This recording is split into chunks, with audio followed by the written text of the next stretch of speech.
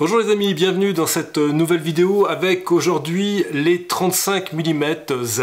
Le premier que l'on connaît déjà depuis quelques temps, c'est la série S de chez Nikon avec le 35 f1.8. Et quelle mouche a bien piqué Nikon de vouloir faire un autre 35 mm, non pas 1.2 qui devrait d'ailleurs arriver d'ici quelques temps, mais f1.4 avec un écart relativement faible. Alors les caractéristiques sont assez proches puisque le 35 f1.8S, eh bien, il fait 370 grammes, contre pour le 1.4 on est simplement à 415 grammes, donc on va dire il y a 45 grammes d'écart, c'est pas monstrueux non plus. Les différences de prix sont pas négligeables non plus, on est à 999 € pour le f1.8 contre 729 pour le f1.4. Mais est-ce que tout cela est vraiment décisif dans un critère d'achat ? Je suis pas absolument certain. L'encombrement est assez proche lui aussi, puisqu'on est d'un côté sur le f1.8 73 mm par 86 et de l'autre 74,5 par 86,5. C'est sûrement pas ça qui va vous décider. Peu de différences esthétiques, on a beau me dire chez Nikon que la série S est plus qualitative, qu'il y a des joints qui sont plus présents, etc., etc. Moi je reste très sceptique sur tout ce blabla commercial. On est vraiment sur deux objectifs qui sont très proches, avec simplement une différence, c'est que sur le fût du f1.8, vous avez la possibilité d'enlever l'autofocus directement avec un switch, alors qu'il faut passer par le menu pour l'enlever sur le f1.4. Ouais, ça fait pas de grosse différence. Mais alors, que reste-t-il pour différencier ces deux objectifs? Certainement la qualité optique, et bien c'est ce qu'on va voir immédiatement.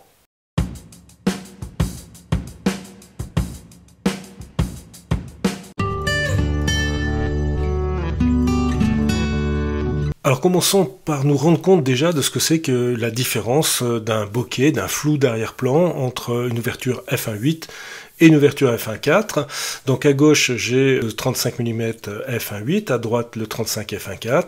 Je prends un premier plan, ce petit morceau de pouzzolane, de roche volcanique. Vous voyez que bon, on peut déjà se rendre compte qu'il y a une différence de netteté, on verra ça mieux tout à l'heure sur un autre exemple, même au centre, et à la pleine ouverture sur les deux objectifs, 1.4 contre 1.8. Mais intéressons-nous pour l'instant à l'arrière-plan, qui n'est pas un plan très lointain, un plan moyen on va dire.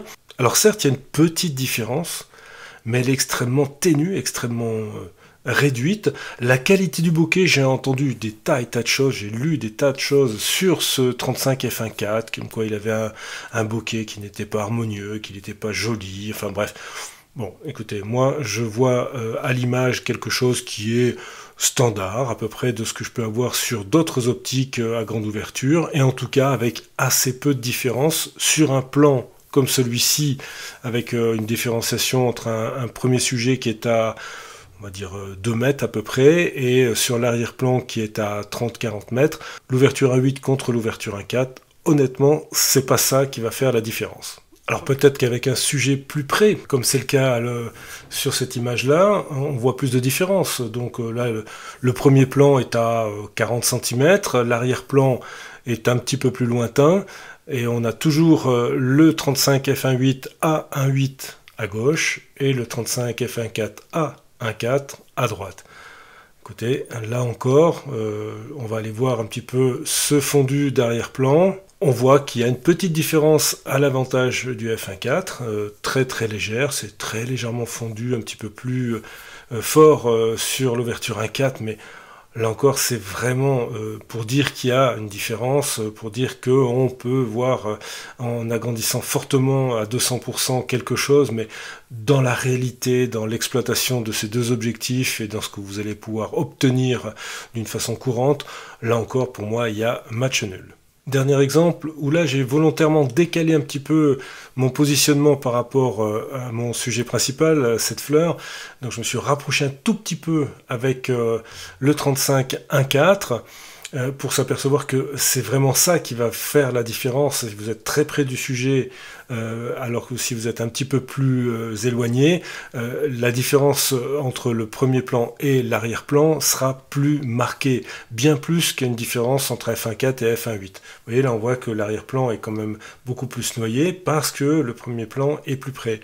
C'est exactement l'inverse sur cette image à 1.8, où on a un premier plan qui est un tout petit peu plus éloigné, donc l'arrière-plan est un peu moins noyé.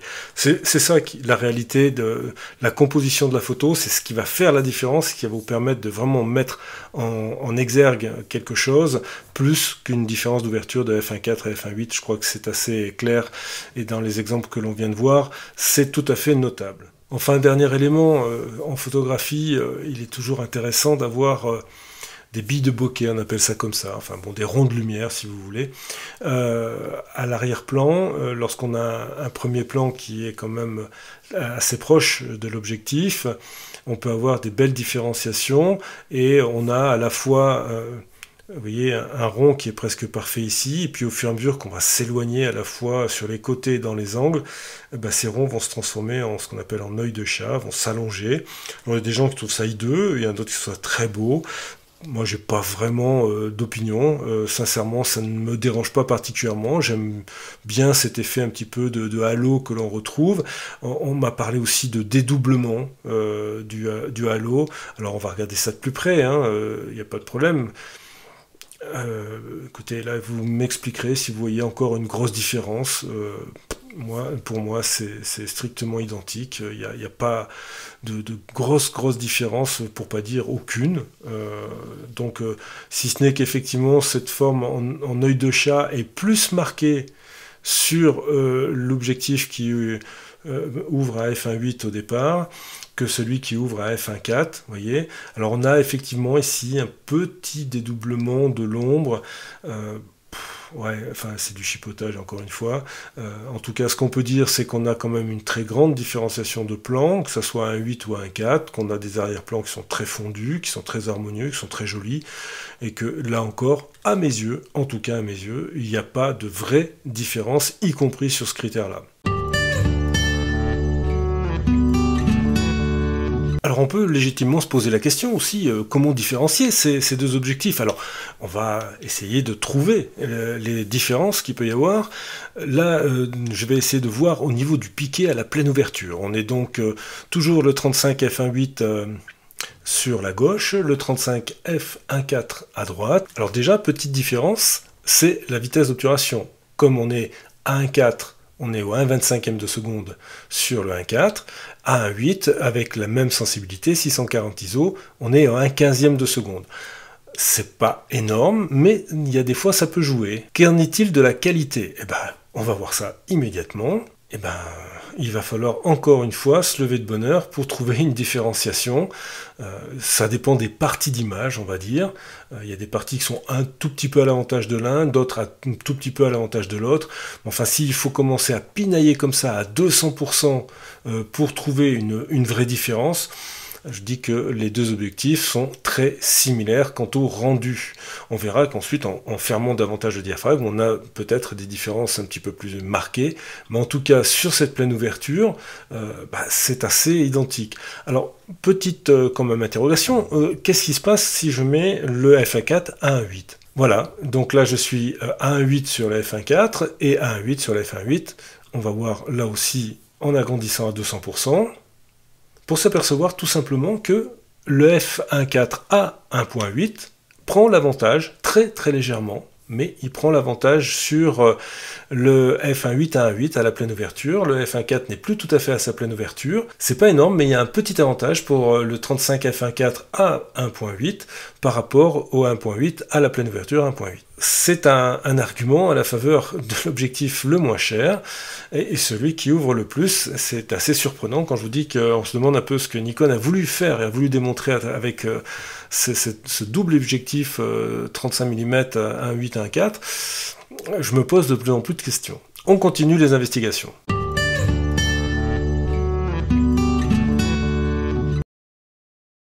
Lorsqu'on ferme le diaphragme, on va partir avec le 35 à 1.8 à la pleine ouverture, à 1.8, et on va le comparer lorsque on ferme à 2.8, à 4, à 5.6, etc. Donc image de gauche à 1.8, image de droite à 2.8. On agrandit l'image pour avoir une vision un petit peu plus nette, et on s'aperçoit très facilement et très logiquement que l'ouverture 2.8 est meilleure que l'ouverture 1.8. Là, on est au centre, c'est quand même assez net. Vous voyez, sur le détail du visage de l'illustration, on a vraiment quelque chose sur le 2.8 qui est quand même assez notablement meilleur. Qu'est-ce qu'il en est dans les angles? Il n'y a aucune raison que ça soit différent. Dans les angles, la différence est encore plus marquée. Si on veut de l'homogénéité avec ce 35 f1.8, il va falloir fermer davantage. Et là, on n'est qu'à 2.8. Voyons à 4 ce qui se passe. Alors f1.8 contre f4, ben là, il y a vraiment une différence qui est quand même encore plus notable au centre. Si je continue de monter, là, on est à 5.6. Ça se stabilise, on va dire qu'il n'y a pas vraiment beaucoup plus à gagner entre 4 et 5, 6, et à 8, je dirais qu'on est à l'optimum à 8, certes, mais entre 4, 5, 6 et 8, la différence est assez ténue, du moins au centre. Voyons voir dans les angles. Donc un 8 contre 4 dans les angles, bien sûr, ben c'est encore un petit peu plus marqué qu'à 2, 8, 4 est un peu meilleur. Mais 5-6 progresse encore largement, donc si on veut une grande homogénéité, il ne faut pas hésiter à fermer. Et à 8, c'est encore un petit peu meilleur, donc si on veut la plus grande homogénéité dans son image, il ne faut pas hésiter à fermer jusqu'à f8. Et alors, chose que je fais assez rarement, je suis monté jusqu'à f11 par curiosité, parce que d'habitude il y a des fractions qui fait que ça devient moins bon. Eh bien là non, à f11 c'est assez étonnant parce que là ça devient carrément excellent, y compris dans les angles. Donc si vous avez de la lumière, il ne faut pas hésiter. Alors attention, hein, parce que là je suis parti de 1/40 de seconde à 100 ISO, donc avec une ouverture à f1.8, je me retrouve à 1 seconde, toujours à 100 ISO. Donc là c'est pas du tout la même vitesse d'obturation, il faut vraiment avoir un pied, avoir un sujet qui ne bouge pas. Mais si on a ça dans un paysage, à condition qu'il n'y ait pas de vent et pas de mouvement de branches ou d'herbe, eh bien ça vaut vraiment le coup de fermer jusqu'à 11, parce que là on a vraiment quelque chose qui est extrêmement homogène et extrêmement bon. C'est vraiment une image qui est tout à fait remarquable à cette ouverture-là, à f11, et donc il ne faut pas hésiter à monter jusque-là. Alors on observe exactement dans les mêmes conditions ce qui se passe avec notre deuxième objectif, le 35 f1.4. Donc là on est à 1.4 à gauche et on est à 1.8 à droite. Pour s'apercevoir qu'il y a une progression, somme toute très très logique, presque mathématique j'allais dire, entre la pleine ouverture, f1.4 qui est toujours un petit peu plus faible, f1.8 qui est meilleur déjà. Et si on ferme un petit peu plus, voilà à 2.8, on progresse encore, il n'y a pas de problème, c'est assez net. À 4, encore un petit peu par rapport au 2.8, mais au centre, on a le maximum du rendu dès l'ouverture entre 4 et 5, 6, c'est pas la peine de monter plus, je vous le répète, au centre. On va voir que dans les angles, c'est pas tout à fait la même chose. Donc on est dans l'angle supérieur droit de cet objectif 35 1.4, à 1.4 à gauche, à 1.8 à droite. Bon, honnêtement, c'est pas exceptionnel, c'est assez comparable à ce qu'on avait avec le 35 f1.8 à pleine ouverture à 1.8, mais il n'y a pas beaucoup de progression pour l'instant entre le 1.4 et le 1.8 dans les angles extrêmes. On va fermer un peu plus. La 2.8, c'est, j'allais dire miraculeux, c'est, en tout cas j'exagère peut-être un poil, mais ouais, c'est quand même assez important. Hein. Je vous remets le 1.8. Vous voyez, entre 1.8 où il y a une sorte de halo avec vraiment quelque chose qui est presque du flou artistique, quand on arrive sur du 2.8, là, ouf, c'est carrément beaucoup plus piqué. Si je ferme davantage, on gagne plus grand chose. Là, on est à f4, là, on est à 5, 6, et enfin 8, ou même 11. Alors j'ai voulu remettre côte à côte les images à l'ouverture f11, à la fois avec le 1.8 à gauche et le 1.4 à droite, parce que la conclusion à laquelle je suis arrivé quand même, c'est qu'il n'y avait pas une différence énorme. Oui, le f1.8 est un tout petit peu meilleur, on peut le voir là sur ces tout petits lettrages ici par rapport à celui-ci. Je le vois moi sur mon écran, je suis absolument certain que sur YouTube vous ne verrez pas de différence. Et même si dans les angles, comme je l'ai dit tout à l'heure, je vous le remontre, on a une toute petite différence à l'avantage du f1.8, c'est vrai, c'est clair, mais cette différence, elle est quand même très ténue, puisque on a un petit peu plus de précision sur le lettrage, à 1.8 plutôt avec l'objectif f1.8 à 11, on le voit ici par exemple sur l'Enfer des Fous, c'est peut-être un tout petit peu plus précis sur l'objectif f1.8 que le f1.4, mais je dois bien avouer que le micro-contraste qui suggère aussi des images un peu meilleures, même si c'est parfois illusoire, est à la faveur peut-être du 1.4. Alors les amis, qu'est-ce que je vais bien pouvoir vous dire en conclusion de la comparaison de ces deux 35 mm Z, le f1.4, le f1.8? Je suis bien embêté parce que je ne sais pas les différencier réellement, du moins du point de vue de qualité optique.